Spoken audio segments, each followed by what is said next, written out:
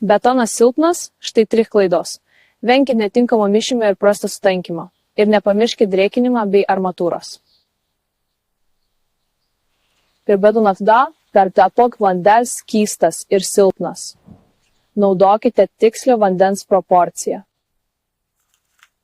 Trečioji klaida – nešvarios medžiagos. Purvas, molis ir organinės medžiagos ir maišykite teisingai.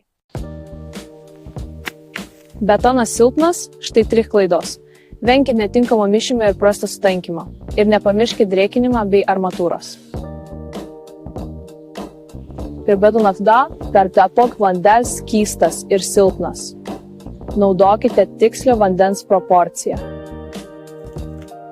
Trečioji klaida – nešvarios medžiagos.